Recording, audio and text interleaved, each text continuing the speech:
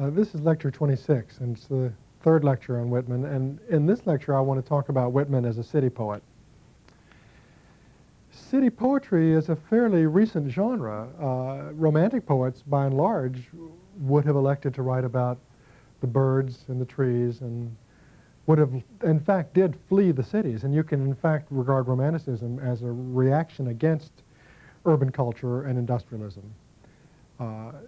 It's only really in the mid-19th century with two major poets, Whitman, one of them, Baudelaire, the French poet being the other, that we begin to see a body of poetry that discovers the beauty, the interest, the excitement, the vitality of the city, a changed city, a new kind of city, a city that also presents challenges to the poet that are really quite astounding.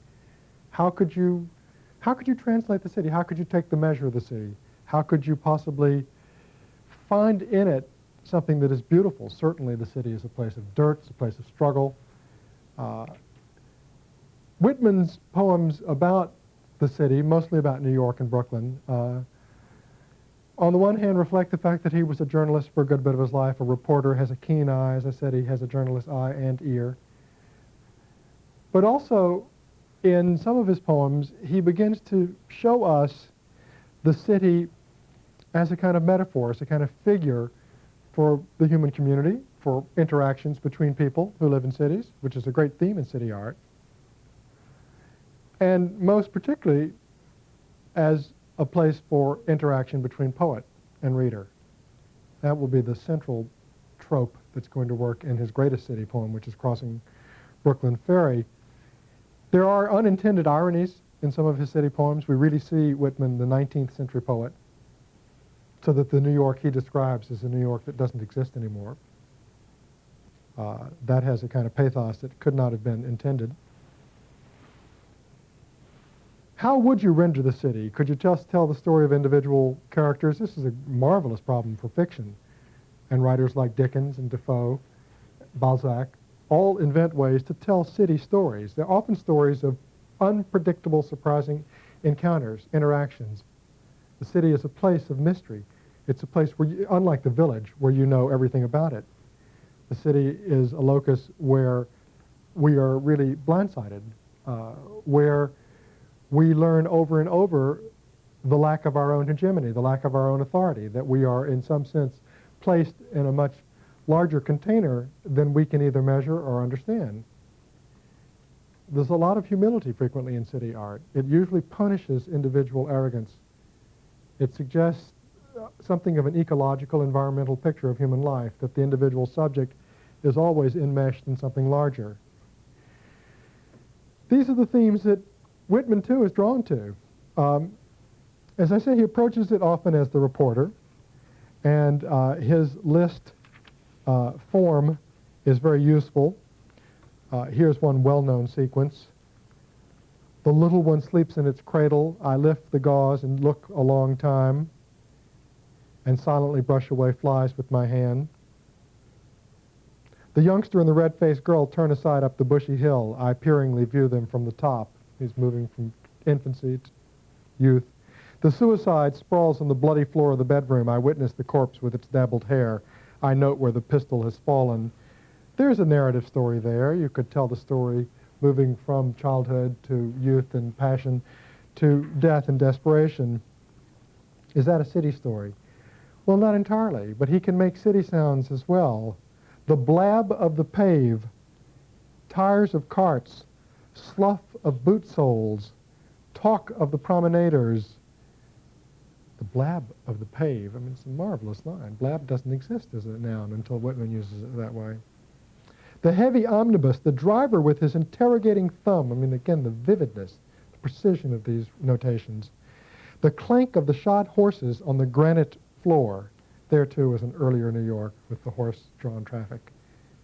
The snow sleighs, clinking, shouted jokes, pelts of snowballs.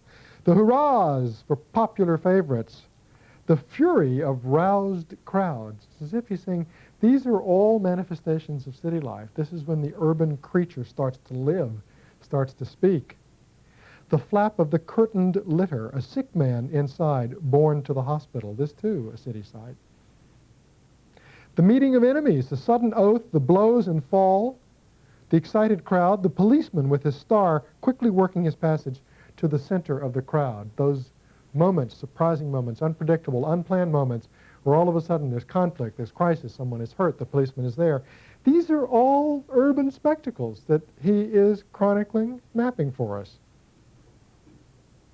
The impassive stones that receive and return so many echoes.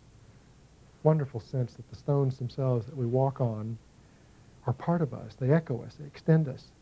If we could hear them, if we could translate the noise they make that they receive from us, that too would be the voice of the city. What groans of overfed or half-starved who fall sunstruck or in fits? What exclamations of women taken suddenly who hurry home and give birth to babes?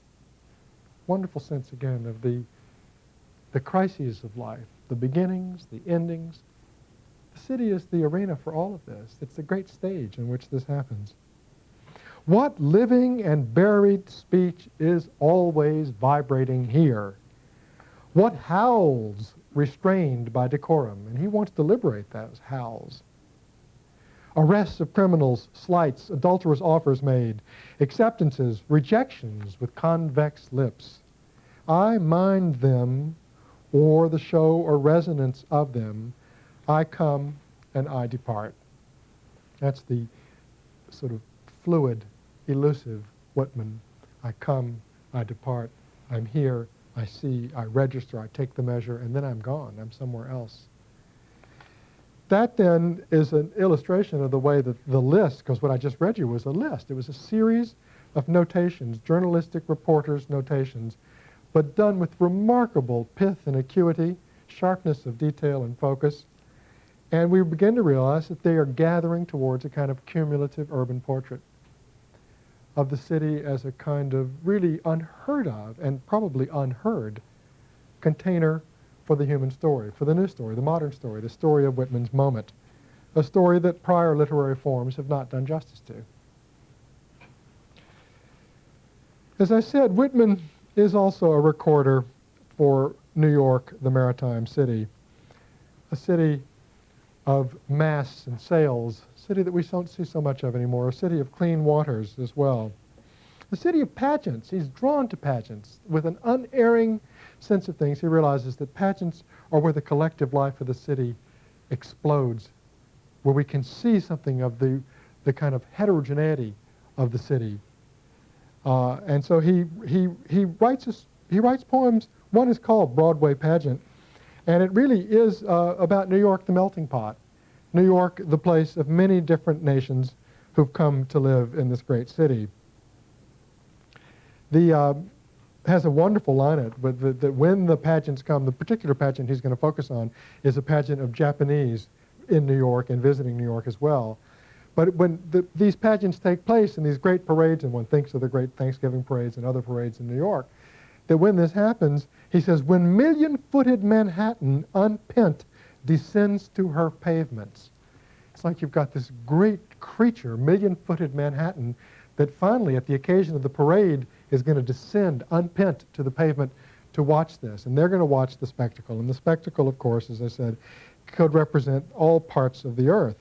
And it's there, too, he has a kind of characteristic, expansive view of this thing. It's not just picturesque. For not the envoys nor the tanned Japanese from his island only, so it's not just going to be Japanese representatives here. Lithe and silent, the Hindu appears. The Asiatic continent itself appears, the past, the dead. The murky night morning of wonder and fable, inscrutable. The enveloped mysteries, the old and unknown beehives. The north, the sweltering south, eastern Assyria, the Hebrews. The ancient of ancients, vast desolated cities. The gliding present. All of these and more are in the pageant procession. Geography, the world is in it. The great sea, the brood of islands, Polynesia, the coast beyond, the coast you henceforth are facing, you, Libertad. Loves that Spanish word, Libertad instead of liberty. From your western golden shores, the countries there with their populations, the millions en masse, are curiously here. The swarming marketplaces, the temples with idols ranged along the sides or at the end, bonze, Brahmin, and lama, mandarin, farmer, merchant, mechanic, and fisherman, the singing girl and the dancing girl, the ecstatic persons, the secluded emperors, Confucius himself, the great poets and heroes, the warriors, the castes, all. Well, this, we have used the term the city as a melting pot, and we usually think of it in a fairly reductive way as particular immigrant groups that come in and we hope that they will somehow become Americans, and that used to be the fond, nostalgic, and perhaps conservative dream. On the other hand, what he's talking about is something much more exciting, it seems to me. It's an influx into the city of the world cultures of the populations. It's a city is much greater than any single national entity or national tradition. It's already a kind of multicultural view of things. All of this, the religions and traditions of the East, all of those have somehow been funneled, channeled into New York for this parade. And that's what the people are availing themselves of. And, one thinks about this, about the features of city life. Cities are places where there are ethnic restaurants. Cities are places where many languages are spoken. Cities are places that have this kind of multiplicity of cultures. And it's sometimes conflict, but it's also the vitality, the nervousness of cities. It's why people who live in cities don't ever want to go into the country, except to be able to calm down. But cities have that kind of intensities. It's why cities are places that art is created in. All of that, I think, comes out. That's why million-footed Manhattan goes to the pavement. It's like a transfusion. They're absorbing this parade. This is part of their own staple fare.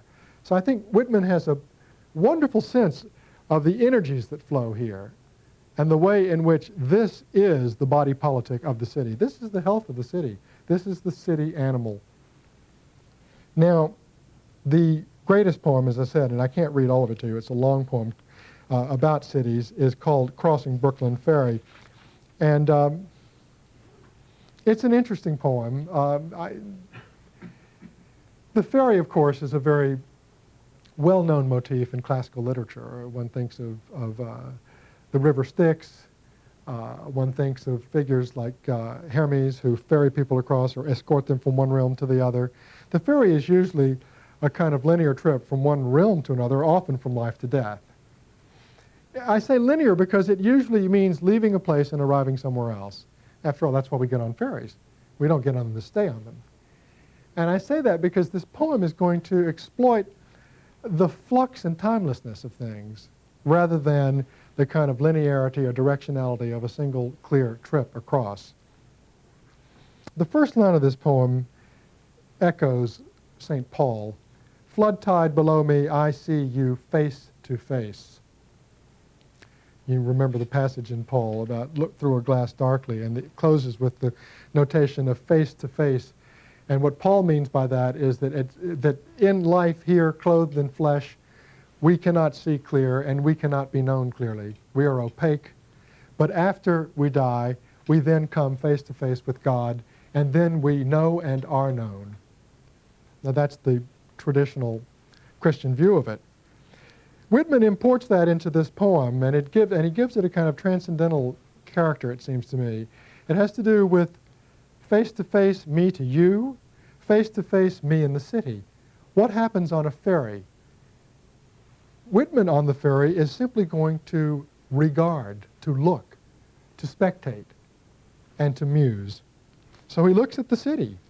Clouds of the west, sun there, half an hour high, I see you also, face to face. Crowds of men and women attired in the usual costumes. How curious you are to me. On the ferry boats, the hundreds and hundreds that cross, returning home, are more curious to me than you suppose. And you that shall cross, and watch the way the future comes into this poem, because that's us now. You that shall cross from shore to shore, years hence, are more to me, and more in my meditations, than you might suppose. So there is going to be a series of encounters here, exchanges. The poet, as he looks at New York at that moment, as he looks at Brooklyn Ferry, as he looks at the living New Yorkers who are on this ferry crossing, but then also a kind of prediction that he's thinking of the future people who will take that ferry and cross it, and he's thinking of them. And then, of course, we're going to see that taking the ferry is going to become a kind of shimmering metaphor for reading itself in reading this poem. And therefore, that too, of course, is a form of encounter, isn't it? A form of exchange. As I said, Whitman is fluid and slips in and out. And there's a sense of and this is interesting because I cited in that lecture on Whitman, the poet of the body, the sense of the materiality, the density, the solidity, the substance of Whitman. At the same time, there's another Whitman who is absolutely fluid, flux, aerial, has no materiality at all. He says, the impalpable sustenance of me from all things at all hours of the day, that I'm sustained by everything around me. It all comes into me. The simple, compact, well-jointed scheme, myself disintegrated. Everyone disintegrated, yet part of the scheme. I'm disintegrated, I'm a part, I'm fissured, I'm not whole, and yet I am made up of the scheme. I'm part of the boat, I'm part of the city, I'm part of America. All of that constructs me. He talks about the others who will come. Others will enter the gates of the ferry and cross from shore to shore. Others will watch the run of the flood tide. Others will see the shipping of Manhattan north and west and the heights of Brooklyn to the south and east. Others will see the islands large and small. This poem wants to acknowledge the passing of time and to transcend it at the same time. It avails not, he says. It avails not. Time nor place. Distance avails not. I am with you, you men and women of a generation, or ever so many generations hence. Just as you feel when you look on the river and sky, so I felt. Now, I said that this poem is transcendental and it's interested in face-to-face.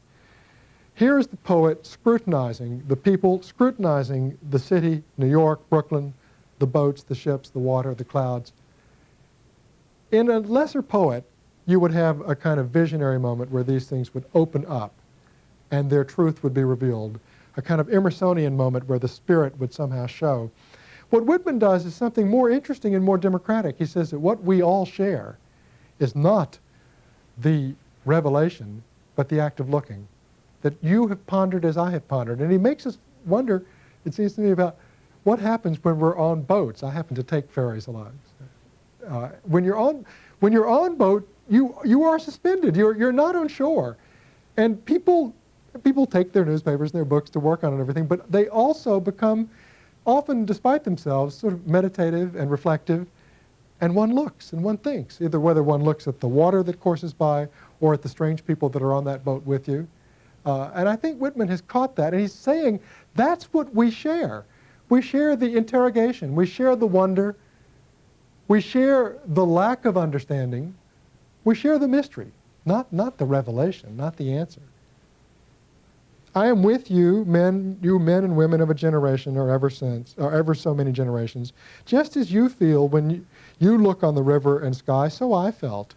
Just as any one of you is one of a living crowd, I was one of a crowd. Just as you are refreshed by the gladness of the river and the bright flow, I was refreshed. Just as you stand and lean on the rail, yet hurry with the swift current, I stood, yet was hurried. It's a nice notation there of the stasis and the flux, that you stand still on that boat, but the boat moves through the current. And that's the experience. People are aware of that when they're on boats. Whitman was aware of it. All of these are bonding devices.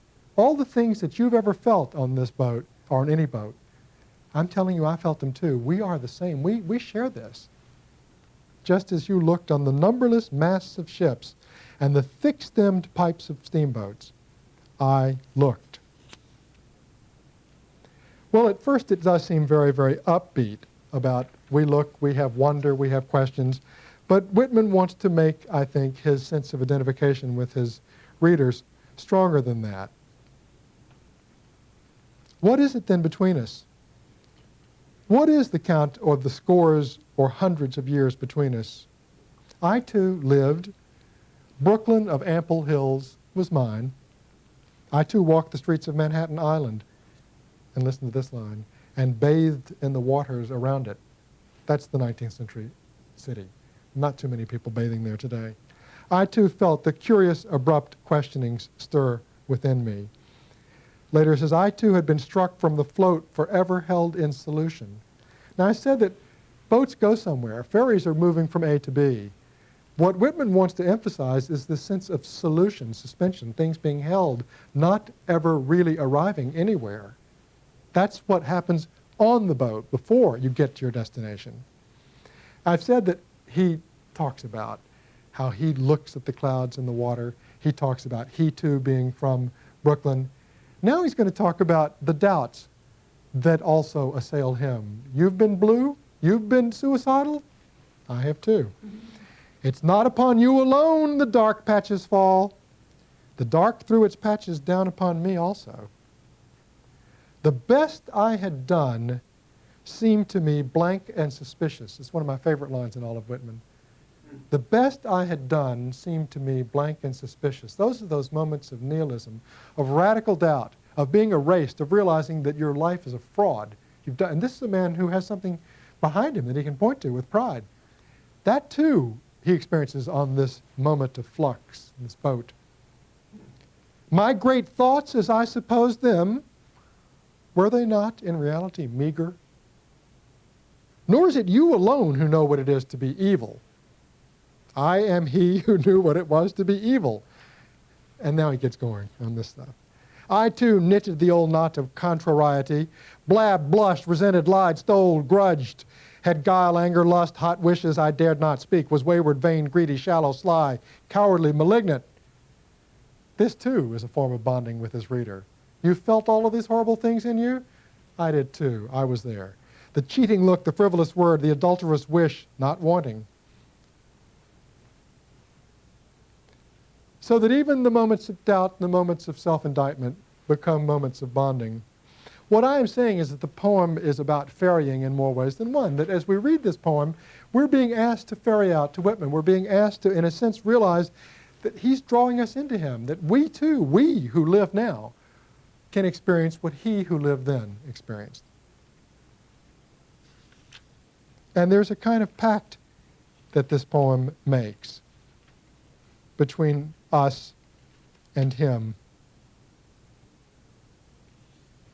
He feels the river, he feels the ferry, he sees all the people, and that experience of the crowd, of the city, that's an experience that is a kind of temporal bonding with the moment and with the future. Closer yet I approach you.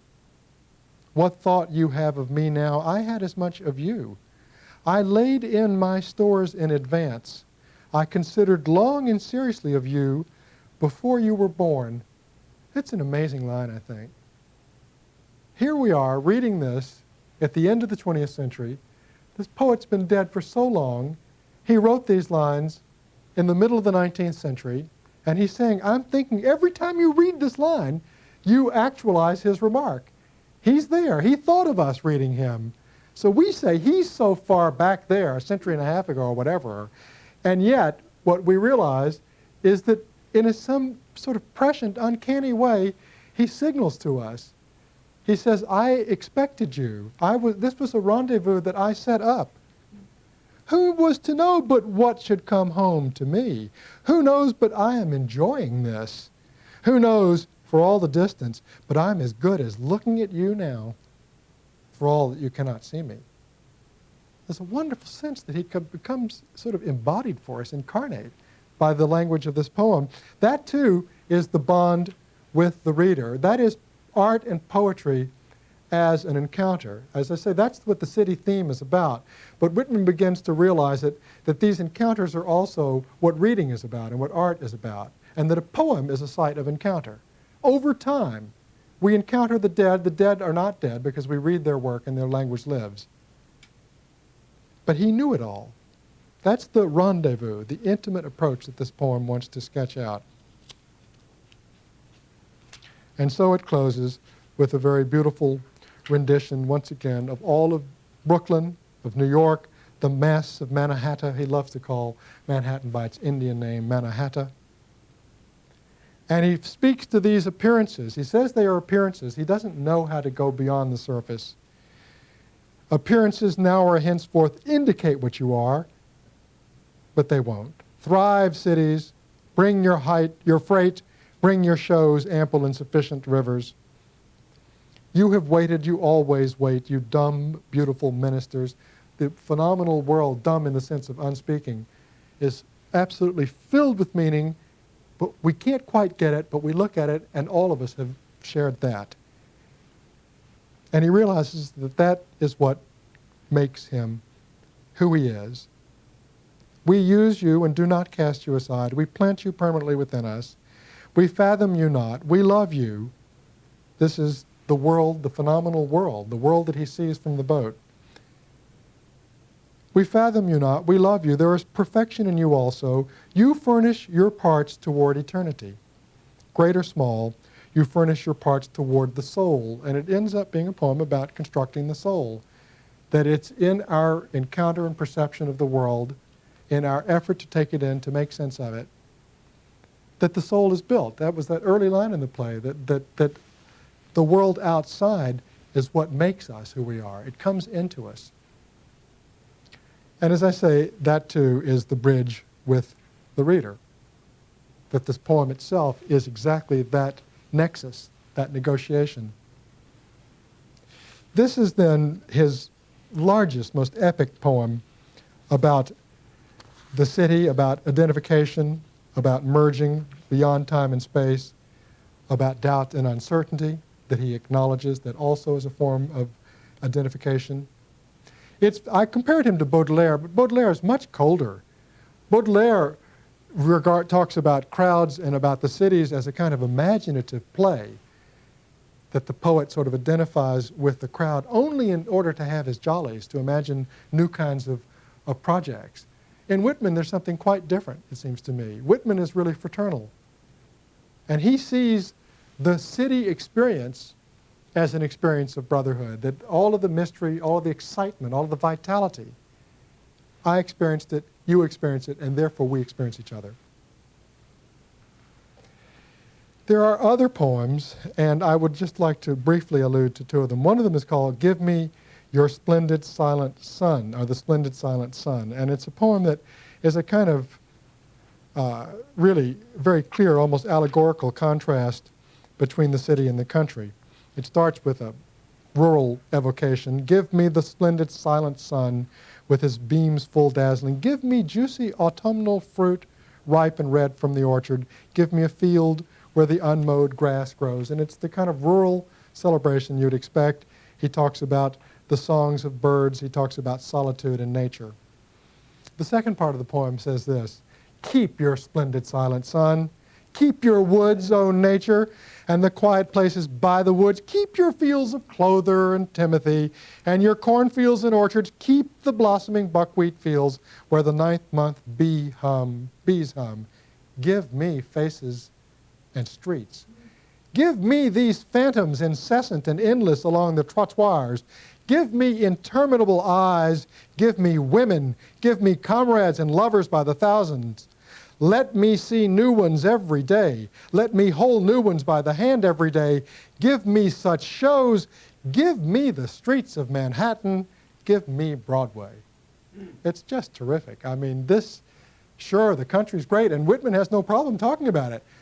But if you really want to go where the action is, the real sustenance, the real vitality, the excitement, the thrill, give me Manhattan. So I think that there's it's a very modern moment that you could write a poem like that. There's a sort of tilting, a recognition that the old romantic project of describing the beauty of nature is fine for what it is, but in a sense the center of gravity is elsewhere. It's in the urban container. It's in the kind of relentless activity that may be amorphous and hard to make sense of, that is the modern city. And the last piece that I want to refer to is a very simple but sweet piece called Sparkles from the Wheel. And it's simply Whitman walking through the streets of the city and sees a man, a knife grinder. And it's a simple poem. It doesn't have a lot of grand rhetoric in it, with a very careful notation of this knife grinder who works at his wheel sharpening a great knife. And each of its stanzas closes with what is produced by this tradesman, this artisan performing his labor. Fourth then issue in copious golden jets sparkles from the wheel. And this poem is written in such a way that Whitman sees a group of people who were centered around this knife grinder, and he himself is producing this thing which is sparkles that radiate from the wheel. And you've got just a series of circles and circles and circles. And I think those sparkles from the wheel they are called copious golden jets. There's something of gold, of precious stones, of great beauty that is produced there. And it really can stand as a kind of emblem of Whitman's city poetry. That is to say that you walk through the streets and you stumble upon moments of great beauty and of great order. You stumble upon poetry. And that is the making of gold. Thank you.